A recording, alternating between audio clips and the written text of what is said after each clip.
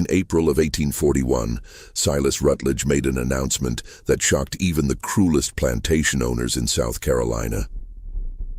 He was placing his daughter, Catherine, a 28-year-old woman weighing over 260 pounds, under the complete authority of an enslaved man named Ezekiel Cross. Not as a nurse, not as a companion, as her owner in every way that mattered except on paper. The white society of Colleton County was scandalized, but they had no idea what Rutledge was truly doing, or what Ezekiel Cross would do to Catherine over the following months. By November, Catherine's body had changed in ways no one could explain. 13 men were dead, and Cypress Grove Plantation was nothing but ash. What really happened between that enslaved man and the plantation owner's daughter? What did he do to her that terrified everyone who witnessed it? Before we uncover the disturbing truth, subscribe, hit that bell, and comment your state below. Now let me take you back to where it all began. Spring in Colleton County arrived with oppressive heat and humidity that made the air feel solid. The Combahee River moved slowly through the low country, its dark water reflecting Spanish moss that hung from live oak trees like funeral shrouds. Rice paddies stretched for miles, their flooded fields worked by hundreds of enslaved people who moved through water up to their knees from dawn until dusk. This was wealth built on suffering, prosperity extracted from human misery, all of it justified by men who convinced themselves that cruelty was simply the natural order of things. Cypress Grove Plantation sat on 800 acres of moderately productive land. Its owner, Silas Rutledge, was not quite part of the county's elite but desperately wanted to be. He owned 58 enslaved people, which made him wealthy by most standards, but barely qualified him as mid-tier in local society. The truly powerful families owned thousands of acres and hundreds of slaves. They summered in Charleston and sent their children to universities in the north. Their names carried weight that could open doors or destroy reputations with a single word. Silas had married Elizabeth Yancey in 1812, a union that brought moderate land holdings and a respected surname.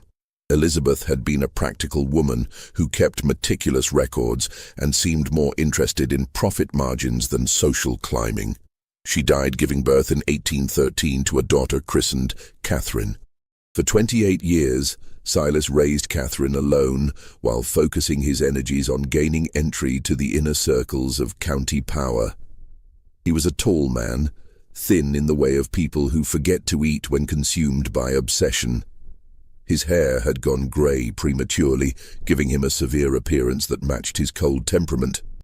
In business, he was known for being shrewd but honorable enough, the kind of man who would drive hard bargains but keep his word. His daughter Catherine had grown up isolated, educated by tutors, never quite belonging anywhere. By 1841, she was 28 years old and weighed nearly 260 pounds. Her body was swollen from years of medications prescribed by doctors who diagnosed her with hysteria and female nervous disorders. She suffered violent fits where she would scream and throw objects. She had attacked her father with a letter opener the previous year, leaving a scar across his left hand. The white society of Colleton County whispered about her with false sympathy. Poor Silas Rutledge, burdened with a mad daughter. What a shame. She had been such a pretty child. None of them knew the truth. None of them knew what Catherine had witnessed when she was 12 years old, or that her madness was not madness at all but a rational response to living with monsters. The letter arrived on April 7th, delivered by private courier. Silas opened it in his study expecting business correspondence. Instead, he found 3 pages on expensive paper sealed with red wax bearing a symbol he recognized immediately. A scythe crossed with wheat stalks, the mark of the Brethren of the Harvest. The Brethren, 13 men who gathered in darkness to perform rituals they believed strengthened the land through blood sacrifice.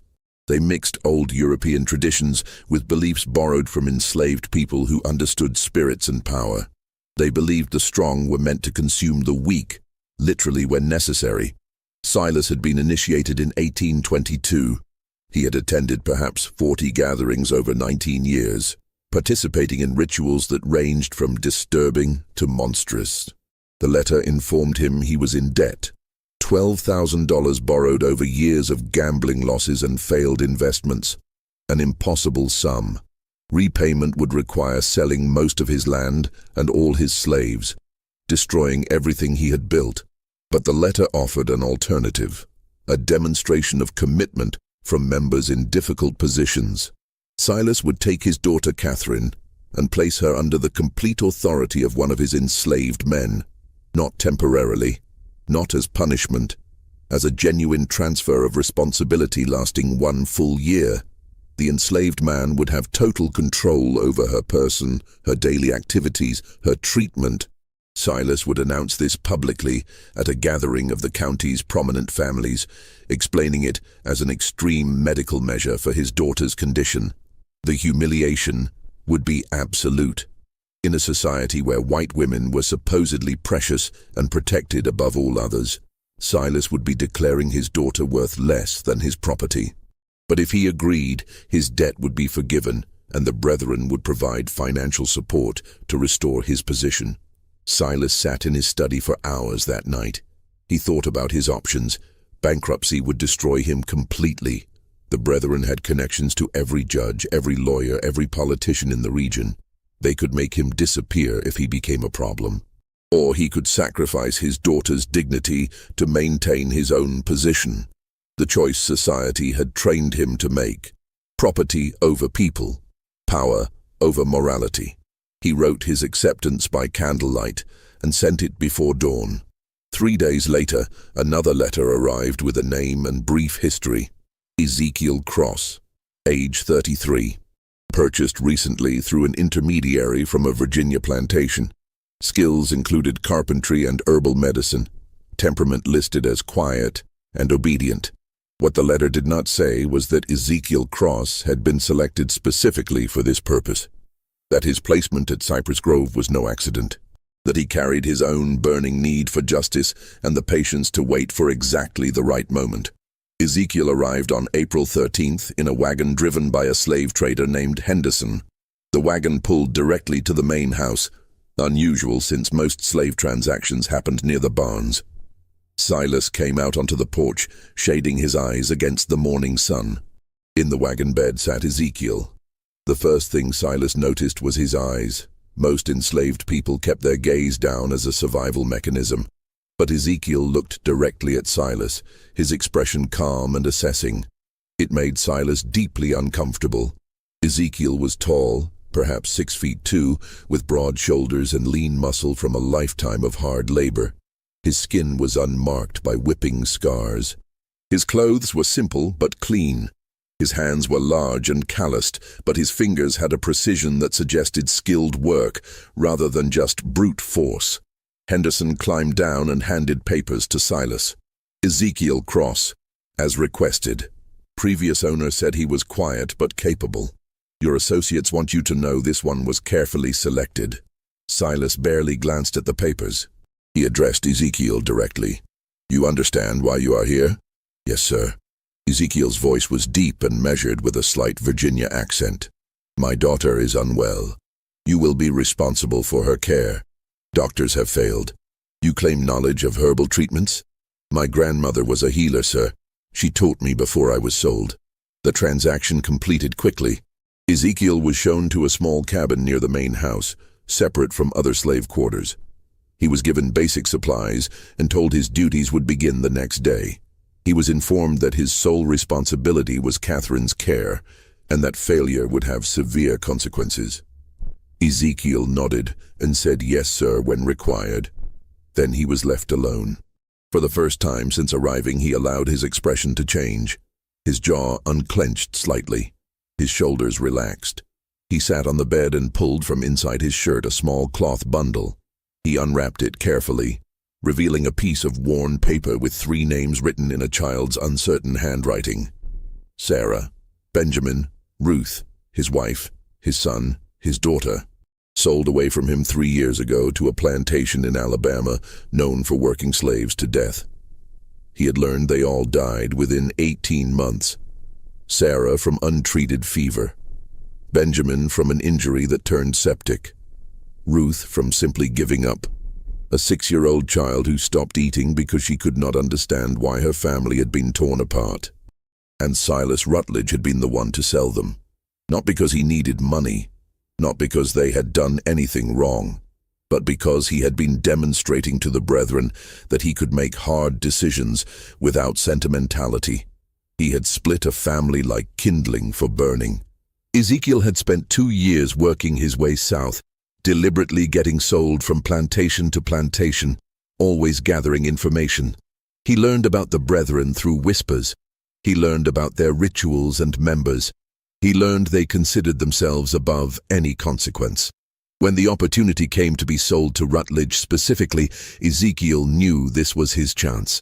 He would have access to Rutledge's house, to his secrets, to his vulnerabilities.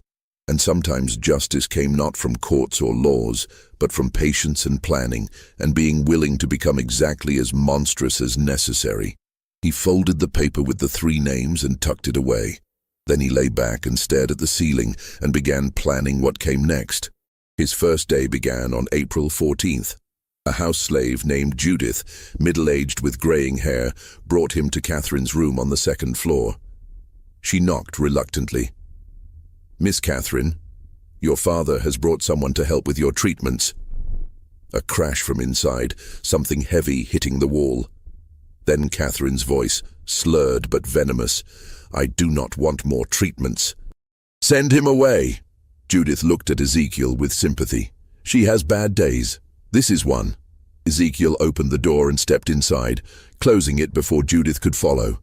The room was large but dark, heavy curtains drawn.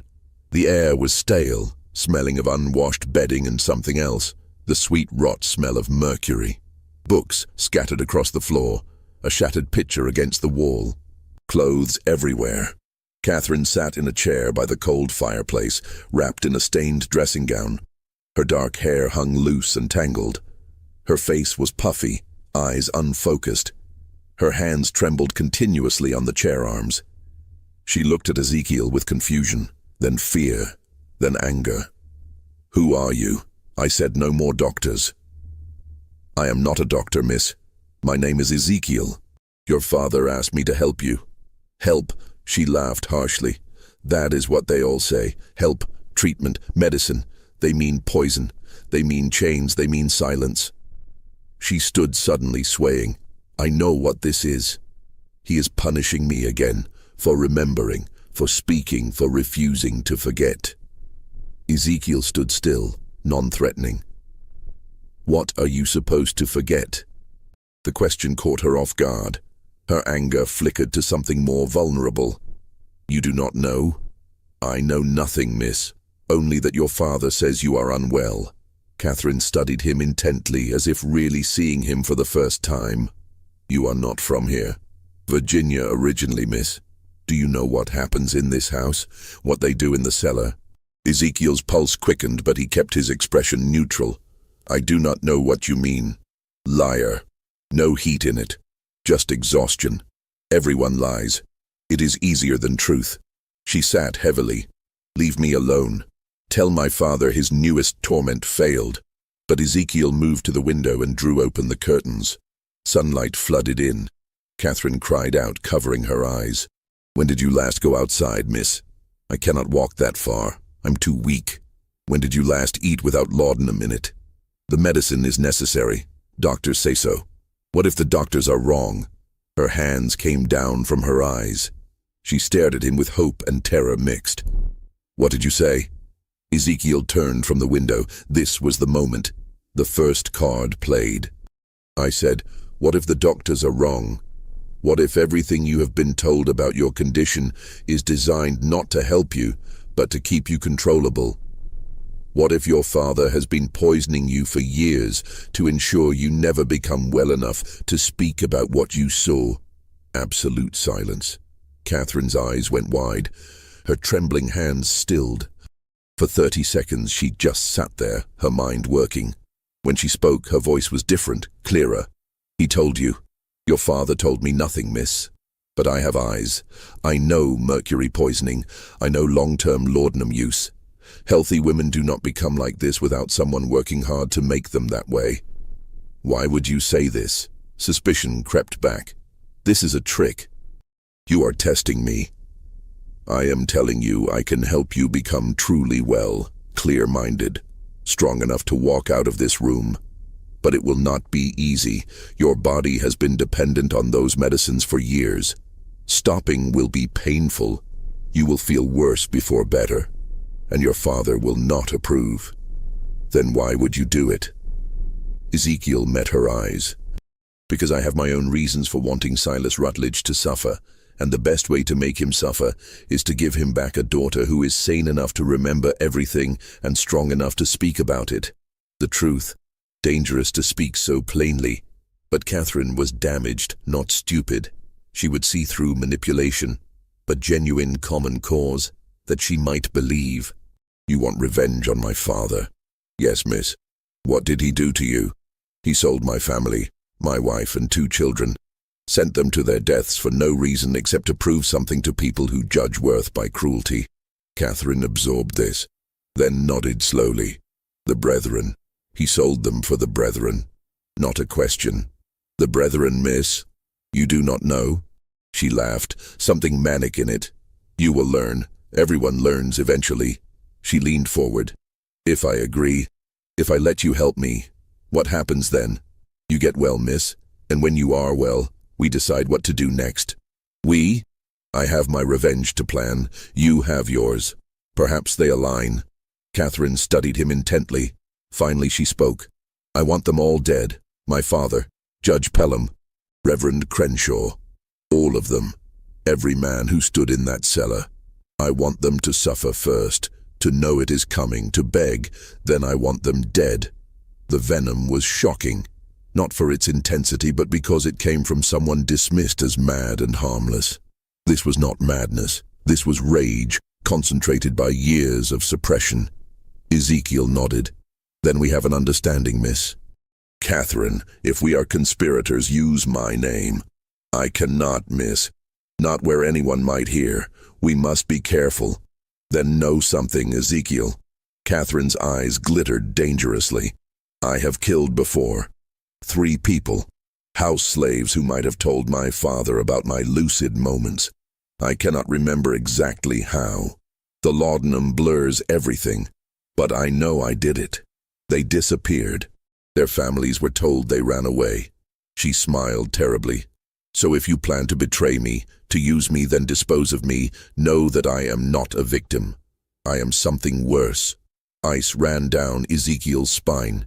He had expected an ally, not someone whose capacity for violence might exceed his own, but he kept steady. I believe you, miss, and I will not betray you. Good. Catherine stood more steadily. Then let us begin. But I have one condition. When this is over, when we have had our revenge, I want to die. I do not want to live with what I have seen and done. You will help me with that too. Agreed? Ezekiel had not expected that, but he was committed now. Agreed. Then we have a deal. Catherine extended her hand.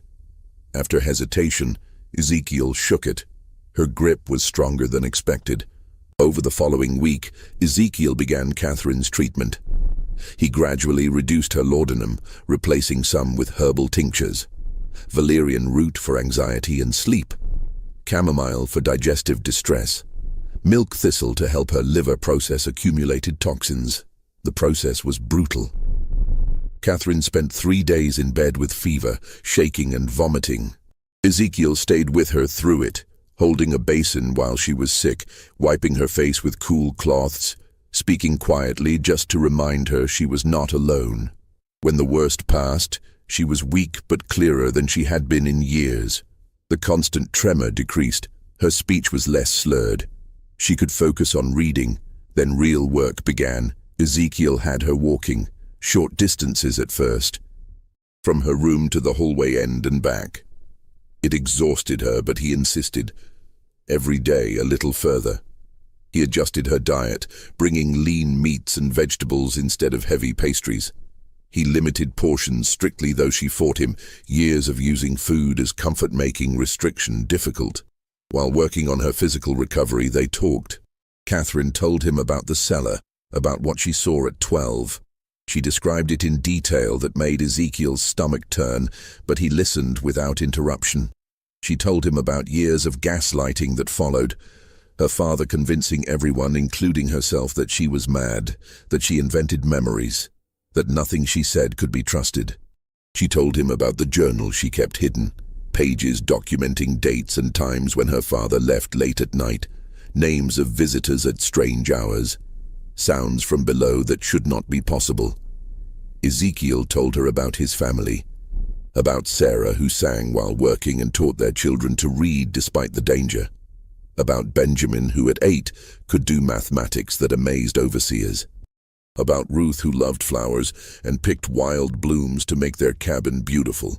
He told her how Silas came to the Virginia plantation with a buyer's warrant, how he inspected them like livestock, how he agreed to purchase all 3 for reasonable price, then changed terms at the last moment, saying he only needed the woman and children, not Ezekiel.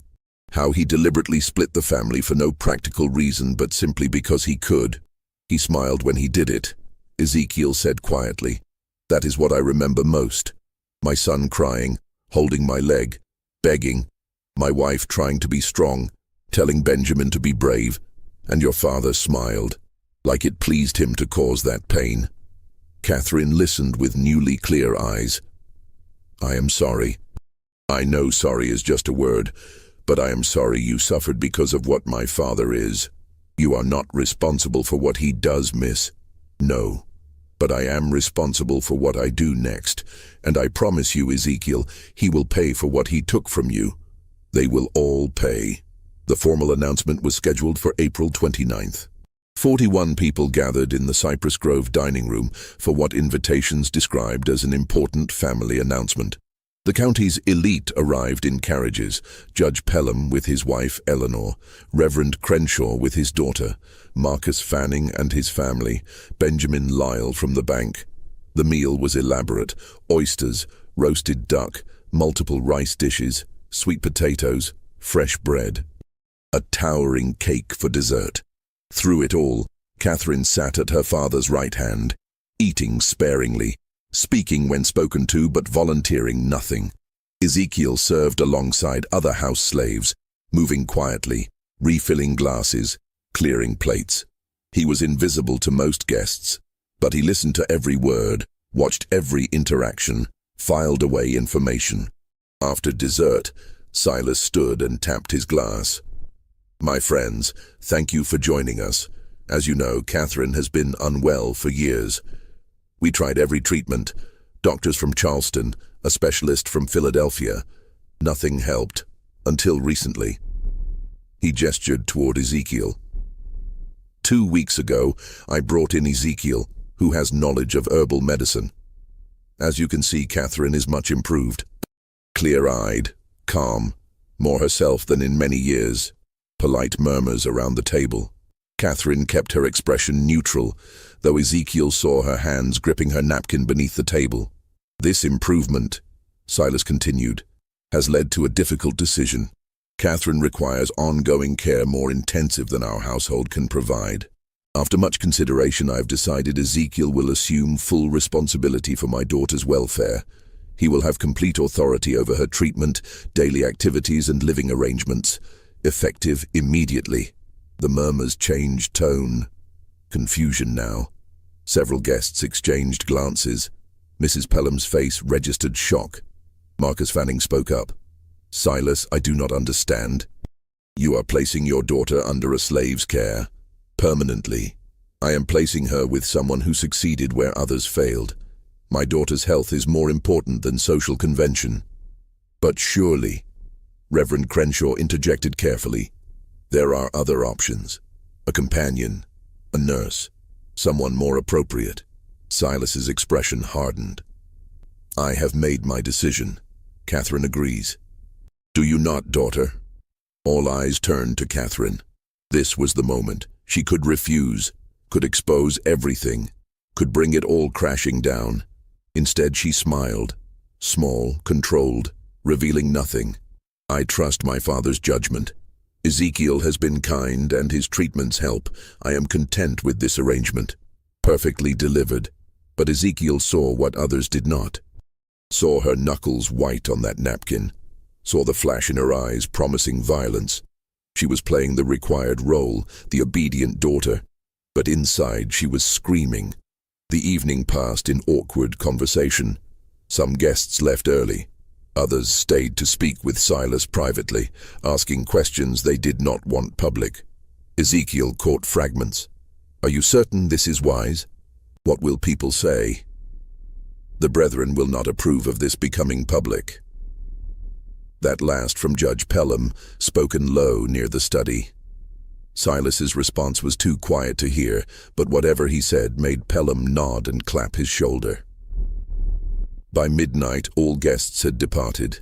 Catherine retired to her room. Silas went to his study. Ezekiel helped with cleanup, then made his way upstairs. He knocked softly on Catherine's door. "Come in." She sat by the window, still in her dinner dress, looking out at dark grounds. She did not turn. "It is done then. I am officially your responsibility. Property of property. How absurd. How are you feeling, miss? I want to burn this house down with everyone in it, but we must be patient. Is that not what you tell me?" "Yes, miss." I agreed because I want them to feel secure. I want them to think this is just my father's eccentricity. I want them to forget about me while we work. She turned to look at him. Did you see their faces? The disgust, the pity. They think I am pathetic. They have no idea what we are planning. And what exactly are we planning, miss? Catherine moved to her dresser and pulled out a wooden box. Inside were papers covered in her handwriting.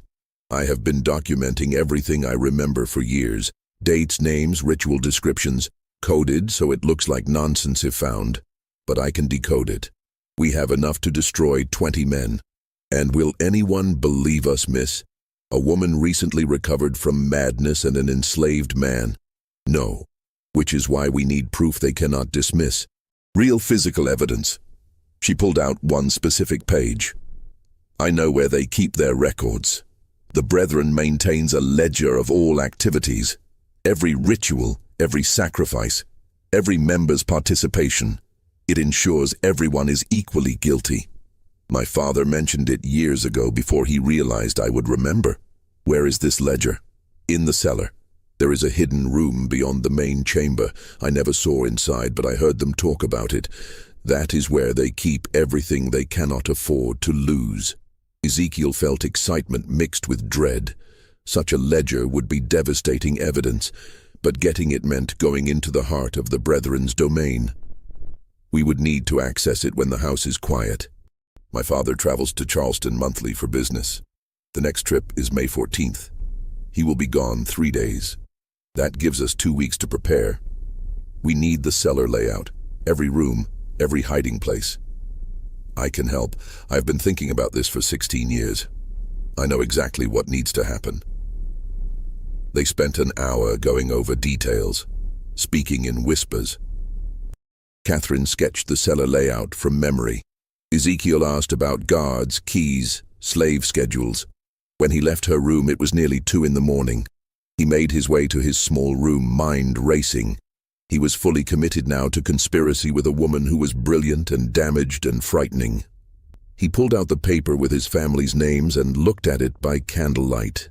I am doing this for you, for Sarah, for Benjamin, for Ruth, for every person who suffered because men like Silas Rutledge believe power gives them the right to destroy lives.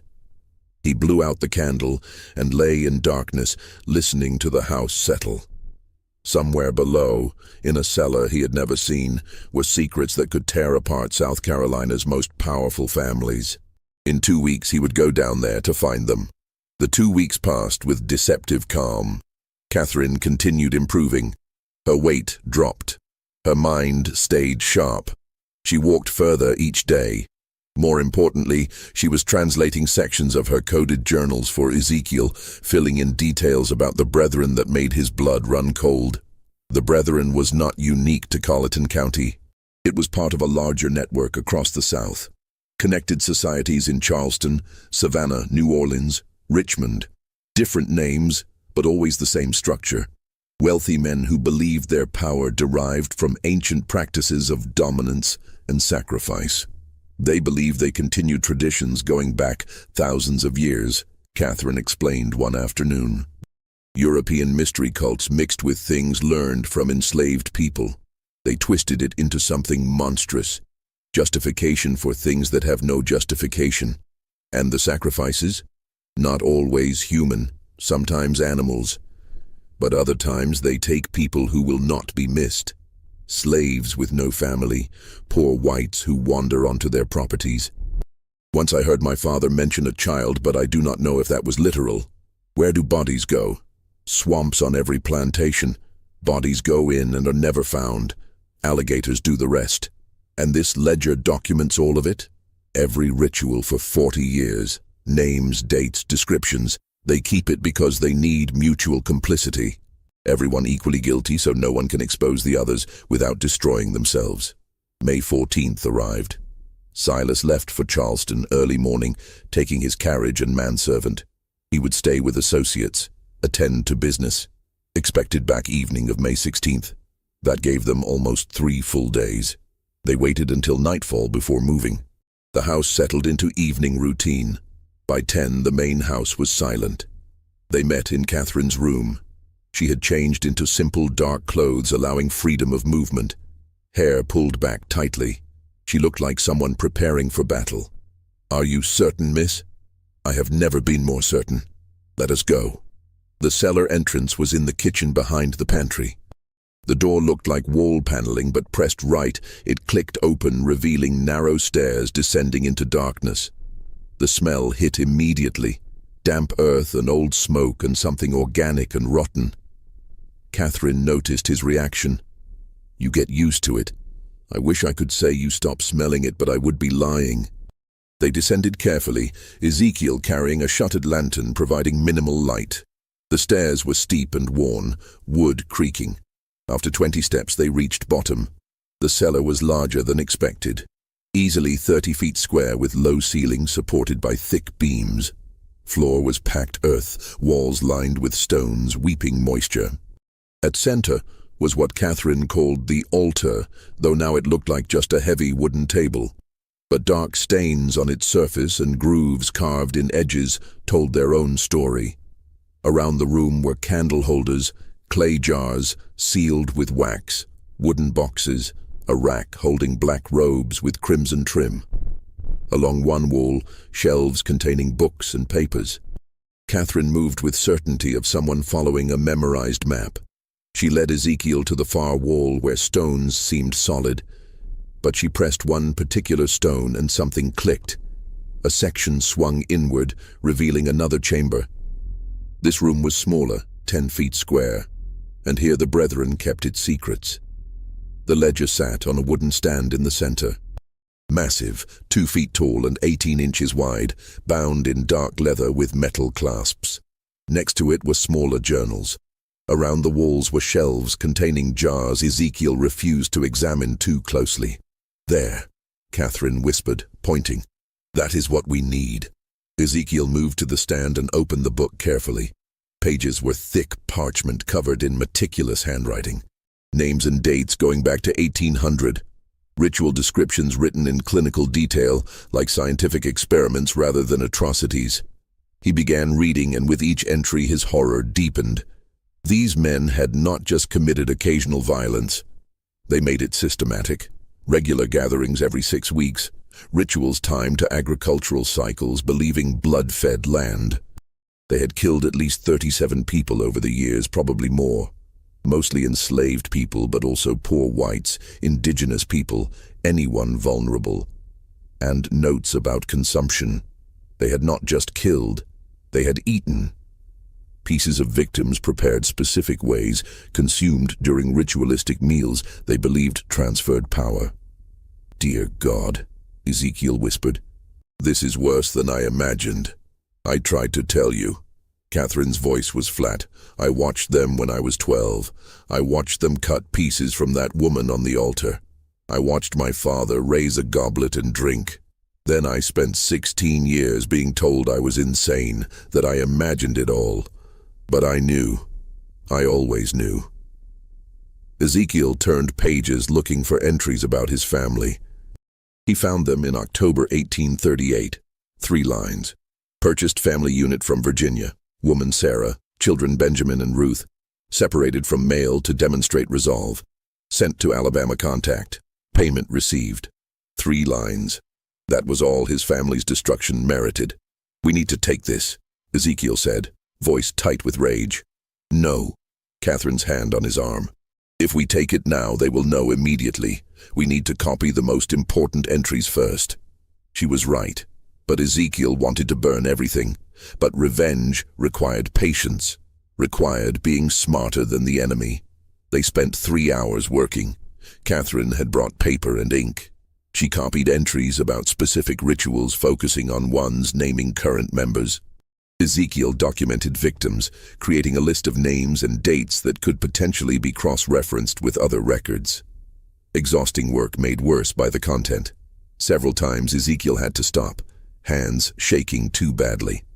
Once Catherine left the chamber entirely, overcome by memories. But slowly, methodically they built their case. Page after page of evidence. They were so focused, neither heard footsteps on the cellar stairs. First indication something was wrong was when light flared in the outer chamber, lantern light much brighter than their single lamp. Ezekiel looked up sharply, blood going cold. Silas Rutledge stood in the doorway flanked by 2 other men. Behind them, at least 4 more figures in the main cellar. I must admit, Silas said calmly, I am impressed. I did not think you would find the inner chamber. Catherine stood slowly, placing herself between her father and Ezekiel. You were supposed to be in Charleston.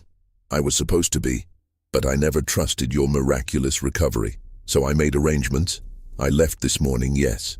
But I returned this afternoon and watched the house all evening waiting to see what you would do. He stepped into the chamber, the 2 men blocking the exit. Did you really think I would not anticipate this? That I would not prepare for the possibility you might remember, might seek revenge? You have been poisoning me for 16 years. Catherine's voice steady despite everything. And you expect me to simply accept that? I expect you to understand it was necessary. You saw something you should not have. A child. You could not understand.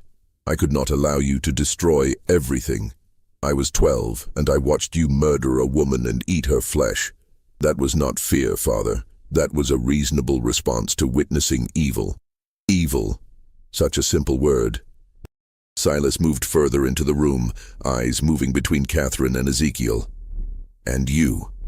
Using my daughter to get to me, filling her head with ideas of revenge. Ezekiel said nothing, calculating distances and odds. 7 men against 1, with Catherine in no condition to fight. The situation looked hopeless. Silas seemed to read his thoughts. Do not do anything foolish. I do not want to hurt either of you. Not permanently. But I cannot have this rebellion continuing. He gestured to the men behind him. Bring them upstairs. We need to discuss what happens next. They were taken to Silas's study and locked inside together. The room was windowless except for 1 high transom impossible to reach. The door was heavy oak, locked from outside. As soon as they were alone, Catherine moved to Ezekiel. Are you hurt? No, miss. But we are in serious trouble. Yes, but not as much as you think. She pulled something from inside her dress. The papers they had been copying. I managed to keep these. He did not search me, too confident. That will not help if we are dead. We are not going to die, not tonight. Catherine's eyes were calculating. My father will want to resolve this without killing me if possible. I am still his daughter, his blood. That gives us leverage. Over the next hour they heard arrivals.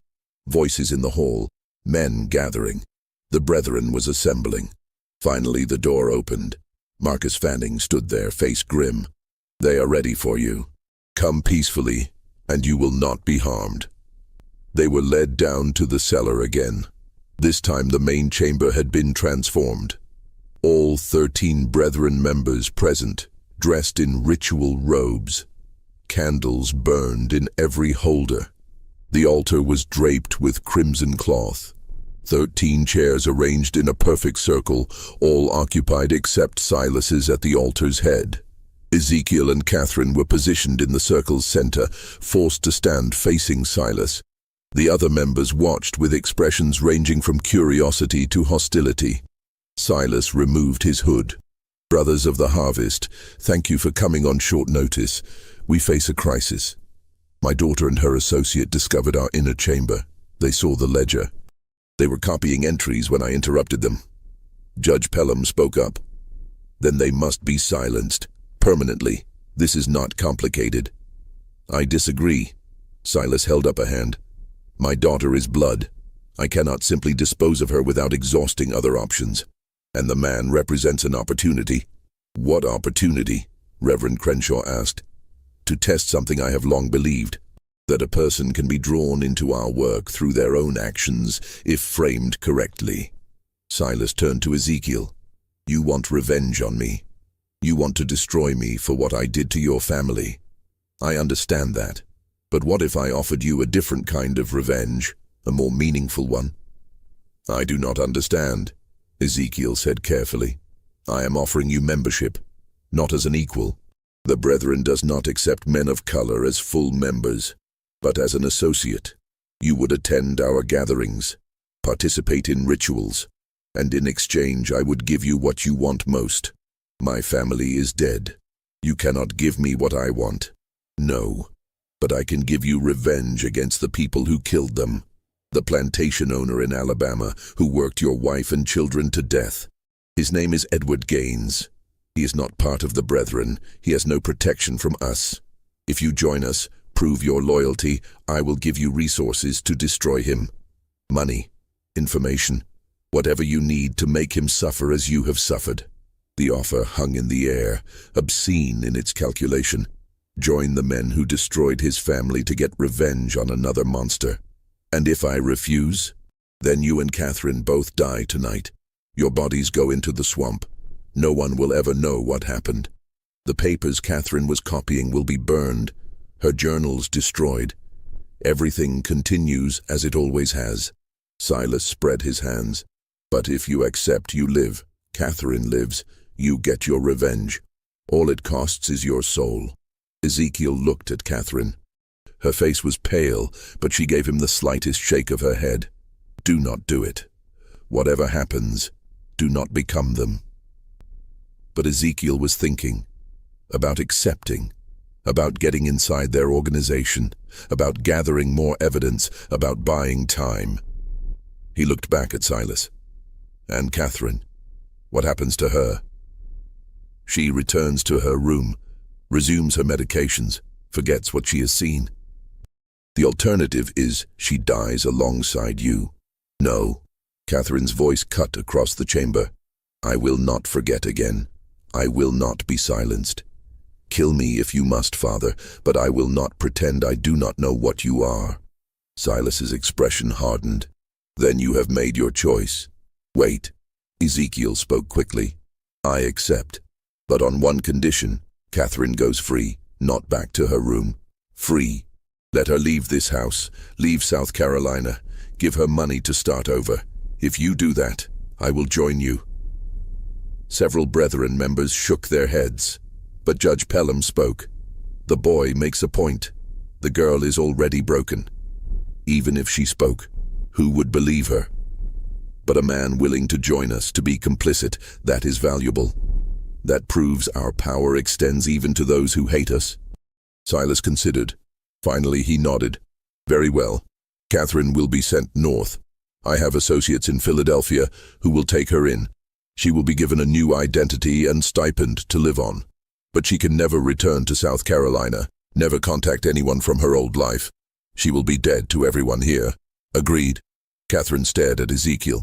"No, I will not leave you to—" "Agreed," Ezekiel interrupted. "She goes free. I join you. Then we have a bargain." Silas turned to the others. "Catherine leaves tomorrow. Ezekiel's initiation will be in 3 weeks at the next regular gathering. Until then he remains at Cypress Grove under watch. If he tries to escape or contact anyone, the deal is void and both die. Understood?" Ezekiel nodded. Catherine looked like she wanted to argue, but Ezekiel caught her eye and shook his head slightly. "Trust me." Catherine left the next morning. A closed carriage took her away at dawn. Ezekiel watched from his cabin window as it rolled down the long drive and disappeared into the trees. She had not been allowed to say goodbye. He had not been allowed to speak with her after the confrontation in the cellar. But as she had been escorted to her room the previous night, she had looked back at him once, and in her eyes he had seen something that gave him hope. She understood. She knew he had not truly surrendered. She knew this was strategy, not defeat. The question was whether she would actually go to Philadelphia or whether she had her own plans. The 3 weeks that followed were the longest of Ezekiel's life. He was kept under constant watch. 2 overseers followed him everywhere. He was not allowed to leave the plantation grounds. He was given menial work to keep him occupied, meaningless tasks that accomplished nothing but filled time. But he was also given access to the main house, to the study where Silas kept his papers, to the cellar where the next gathering would take place. They were watching him, yes, but they were also testing him, seeing if he would try to escape, seeing if he would attempt sabotage. Ezekiel did neither. He played the role of defeated man who had made a pragmatic choice for survival. He was quiet, obedient, asked no questions, caused no problems. But he was observing everything, learning the routines of the house, noting which slaves could be trusted, which overseers were cruel, which brethren members visited regularly. He was building a mental map of how everything worked, looking for weaknesses. And at night, alone in his cabin, he thought about what was coming. His initiation would require participation in their rituals. They would test him. They would want to make him complicit in something horrible, so he could never expose them without destroying himself. He thought about how far he was willing to go, what lines he would not cross, even for revenge, whether there was any act so terrible that justice did not justify it. He did not have good answers to those questions. On June 2nd, the night before his initiation, Silas came to his cabin. It was late, after midnight. Ezekiel woke to knocking and opened the door to find his owner standing there alone. "May I come in?" Ezekiel stepped aside. Silas entered and looked around the sparse room. Finally he spoke. "Tomorrow you will become one of us. Not fully, never fully, but enough. I want you to understand what that means. I understand what I agreed to. Do you? Do you truly?" Silas sat on the single chair, uninvited. "The Brethren has existed for 43 years. In that time we have never lost a member to exposure. Never had someone break our code of silence. Do you know why? Because everyone is equally guilty. Partly. But also because we take care of each other. A man joins the Brethren and suddenly doors open. Business opportunities appear. Legal problems disappear. Enemies find themselves in difficulty. We are not just a society, Ezekiel. We are a network of power that extends across the entire South. Once you are part of that network, even as an associate, you will have access to resources you cannot imagine. And in exchange, I help you murder people." Silas did not flinch. "In exchange, you help us maintain the natural order, the strong over the weak, the powerful over the powerless. That is how the world has always worked. We simply acknowledge it and use it to our advantage. You killed my family to demonstrate your commitment to that order. I did, and I would do it again, because sentiment is weakness. Love is weakness. The moment you allow yourself to care more about individuals than about power, you have already lost." Silas leaned forward. "But here is what I want you to understand. Your family is dead. Nothing you do will change that. But you can ensure their deaths meant something. You can use the power the Brethren offers to prevent other families from suffering the same fate. You can work from inside our organization to make changes, to push for less brutal treatment of slaves, to advocate for better conditions. You will have a voice at our table. That is worth something." It was almost convincing. almost. The idea that Ezekiel could become some kind of reformer from within, using his position to help others. But he knew it was a trap, a rationalization. The moment he participated in their rituals, he would be compromised. The moment he accepted their power, he would be corrupted by it. "Why are you telling me this?" Ezekiel asked. "Because I want you to succeed. Because having you as an ally is more valuable than having you as an enemy. Because I killed your family, but I do not want to kill you." Silas stood. "Tomorrow night, you will be asked to do something difficult. Something that will test whether you truly commit to this path. I am telling you now, whatever you are asked to do it. Do not hesitate. Do not show weakness. Because if you fail the test, both you and Catherine die. Yes, I know she is not really in Philadelphia. I know she is hiding somewhere planning her own revenge. But I have people watching for her. The moment she surfaces, if you have not proven yourself, she will be found and killed. Do you understand?" Ice flooded through Ezekiel. Catherine was alive, but she was in danger. And his actions tomorrow would determine whether she lived or died. "I understand," he said quietly. Silas nodded and left without another word. Ezekiel sat alone in the dark cabin, thinking about the impossible position he was in. He had to participate in something monstrous tomorrow, had to prove himself to monsters, had to become complicit in evil, or he had to find another way. A third option that neither Silas nor the brethren anticipated. He pulled out the paper with his family's names, looked at them in the moonlight coming through the window. "Forgive me," he whispered, "for what I'm about to do, for what I have to become. I promise you it will not be for nothing." The gathering began at midnight on June 3rd. Ezekiel was brought to the cellar by two brethren members who stripped him to the waist and tied his hands behind his back. They led him down the stairs into the candlelit chamber where all 13 members waited in their robes. Silas stood at the altar's head. "Brothers of the harvest, tonight we conduct an initiation unlike any in our history. We bring into our circle a man who has every reason to hate us, a man who has lost everything because of what we represent. We do this to prove that our power extends even to our enemies, that anyone can be brought into the fold if the price is right." He gestured, and two more brethren members brought forward a figure, bound and gagged, struggling weakly. They placed the person on the altar and stepped back. It was a young woman, enslaved, maybe 18 or 19 years old, terrified. "This is your test, Ezekiel," Silas said. "To join us, you must participate in our ritual. You must take the knife and make the first cut. You must prove that your desire for revenge against Gaines is stronger than your moral objections to our methods. If you refuse, you die here tonight. If you accept, you become one of us, and we help you destroy the man who killed your family." The other brethren members began chanting, low rhythmic sounds in a language Ezekiel did not recognize. The candles flickered. Shadows danced on the walls. Silas held out a knife. Long blade, wickedly sharp, handle wrapped in leather. "Take it. Make the choice." Ezekiel looked at the woman on the altar. She was crying, trying to scream through the gag. Her eyes found his, and in them he saw every enslaved person who had ever suffered at the hands of people like the brethren. He saw Sarah, Benjamin, Ruth. He saw himself. He looked at the knife, at Silas, at the 13 men watching to see what he would do. This was the moment. The point where he would either become a monster or die resisting. But there was a third option, one he had been planning for 3 weeks, one that required perfect timing and absolute commitment. He took the knife. The brethren members nodded approvingly. Silas smiled. The chanting increased in intensity. Ezekiel stepped toward the altar.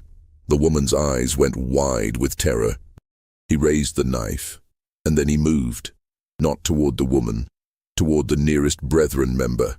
The knife flashed in the candlelight and buried itself in the man's throat before anyone could react. Blood sprayed. The man collapsed. Ezekiel grabbed the fallen member's robe, pulling it off in one motion. He threw it over the nearest candles, plunging half the room into darkness.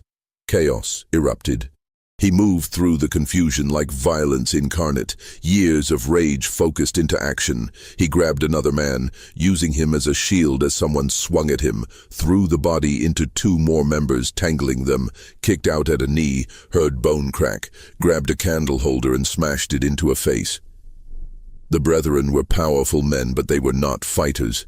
They were soft, privileged, used to others doing violence for them. Ezekiel was none of those things.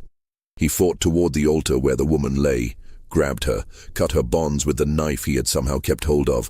"Run!" he shouted. "Up the stairs! Run!" She scrambled off the altar and fled. Ezekiel turned back to face the remaining brethren members, 7 of them still standing, blocking the stairs. "You have made a terrible mistake," Silas said, his voice steady despite the carnage. "You have killed yourself and Catherine both."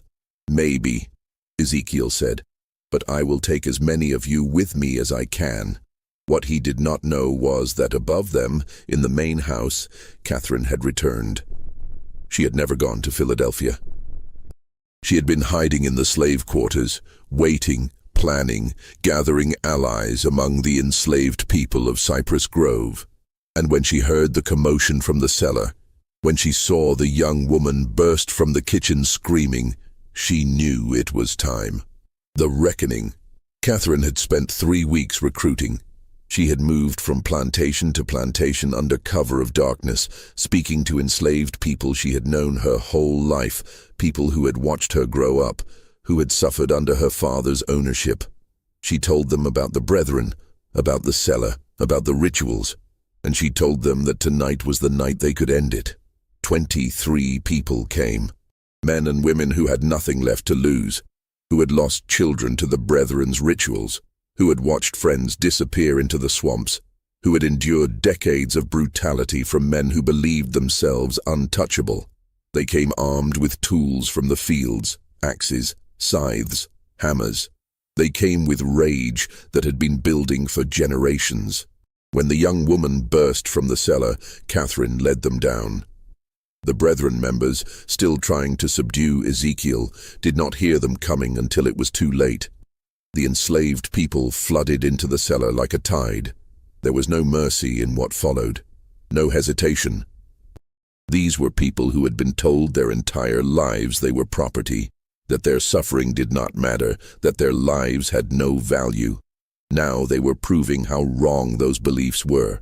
The brethren tried to fight. Judge Pelham pulled a pistol but was struck down before he could fire. Reverend Crenshaw begged for mercy and received none. Marcus Fanning tried to flee up the stairs and was dragged back down. Silas Rutledge, seeing everything collapse around him, tried one last desperate play. He grabbed Catherine, pulling her to him with a knife at her throat. "Stop! Stop, or I kill her!" The room went still. Catherine looked at her father with no fear in her eyes. "Do it. Kill me. It changes nothing. You have already lost. I can still escape. You can still nothing." Catherine's voice was cold. "You spent 16 years trying to break me, trying to make me forget, trying to convince me I was mad. But you failed. I remembered everything, and I am going to watch you die." She drove her elbow back into his ribs with sudden vicious force. His grip loosened. She spun away. And before Silas could recover, Ezekiel was there. They faced each other, the enslaved man and the plantation owner. All the power Silas had held, all the privilege and cruelty, all the years of believing himself untouchable, none of it mattered now. "You took everything from me," Ezekiel said quietly. "My wife, my children, my life. You did it for no reason except that you could, to prove something to men who valued cruelty over humanity." "Please," Silas said. Just that one word, pathetic and desperate. "Did my wife say please? Did my son? Did any of the people you killed in this cellar?" Ezekiel shook his head. "No mercy. Not for you. Not ever." What happened next was brutal and final. The enslaved people made sure none of the brethren survived. 13 men who had believed themselves above consequence learned in their final moments that power was an illusion. That cruelty always came home eventually. When it was over, Catherine stood in the center of the cellar, surrounded by bodies. She was shaking, not from fear but from release. 16 years of rage finally given outlet. Ezekiel came to her. "Are you hurt?" "No. Are you?" "Minor cuts. Nothing serious." He looked around at the carnage. "What do we do now?" "Now." Catherine's smile was grim. "Now we burn it all. The cellar, the ledger, the evidence. We destroy every trace of what happened here. But that evidence could prove what they did, could bring justice." "Justice?" Catherine laughed bitterly. "Ezekiel, look around. This is justice. The only kind we were ever going to get. If we try to take that ledger to authorities, what happens? We are hunted down and killed. The surviving Brethren members in other counties come for us. This only ends if everyone believes the Cypress Grove chapter died in an accident. If there is no evidence, no witnesses, no story to tell." She was right, and Ezekiel knew it. "Then we burn it." They spent the next 2 hours preparing.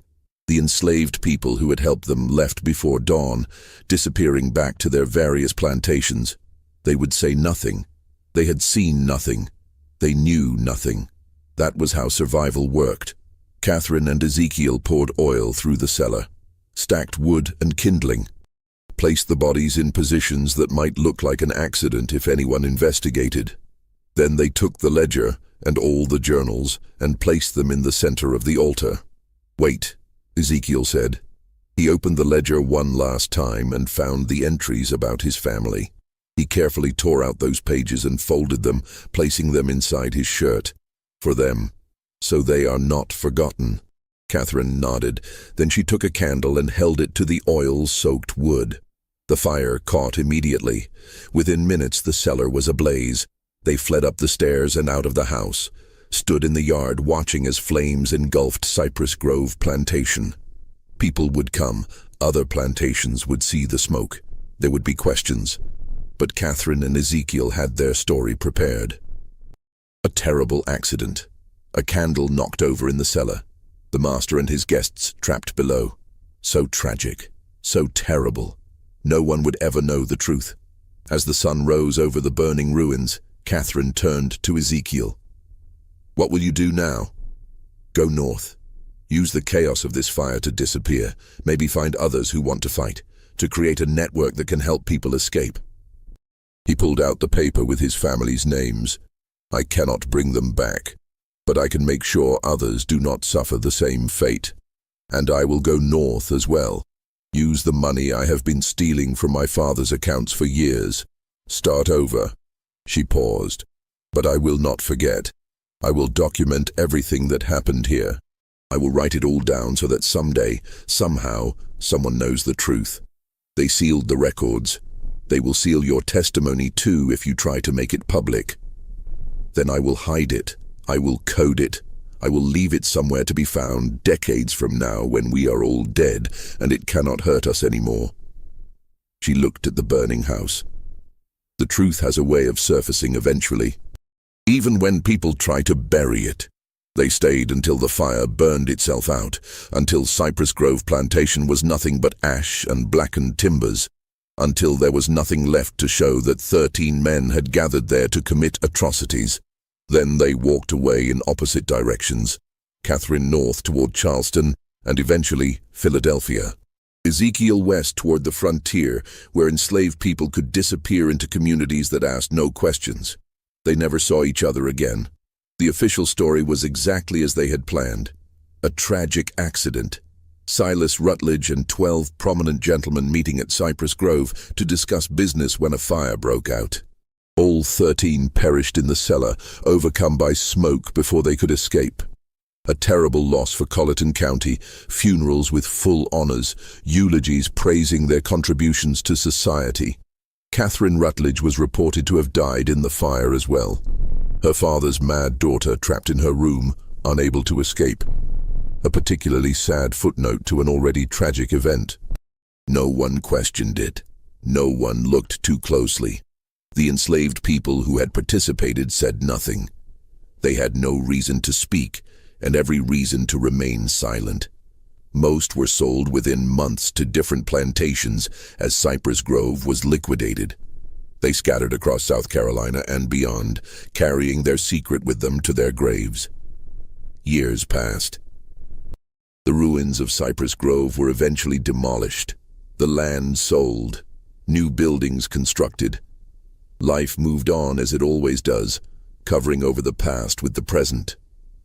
But whispers persisted, stories told in slave quarters late at night, about the plantation where the masters burned, about the night justice came to men who thought themselves untouchable, about the woman and the man who made it happen. The stories changed with each telling, becoming legend, becoming myth.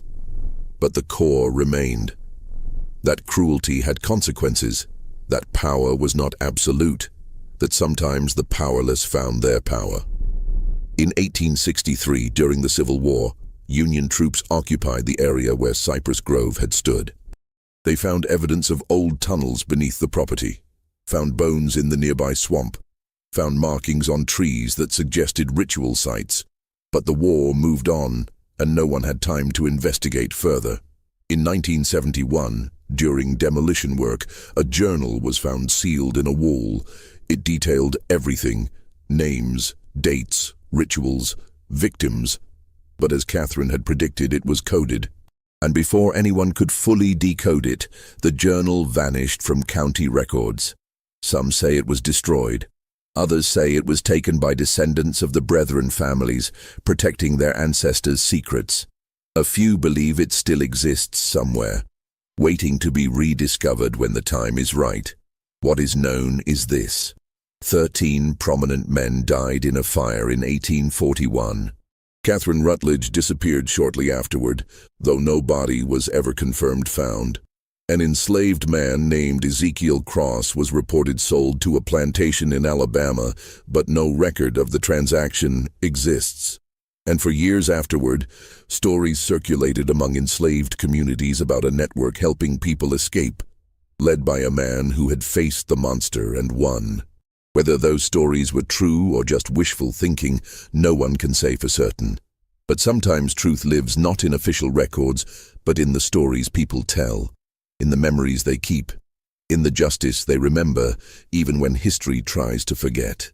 This mystery shows us that power built on cruelty is never as solid as it seems, that secrets kept in darkness eventually find light, that the people deemed powerless often hold the most dangerous power of all: the power of witness, the power of memory, the power of refusing to forget. What do you think of this story? Do you believe everything was revealed? Do you think that journal still exists somewhere, waiting to be found? Leave your comment below. If you enjoyed this tale and want more dark historical mysteries like this, subscribe to Liturgy of Fear, hit the notification bell so you never miss a story, and share this video with someone who loves mysteries that blur the line between history and horror.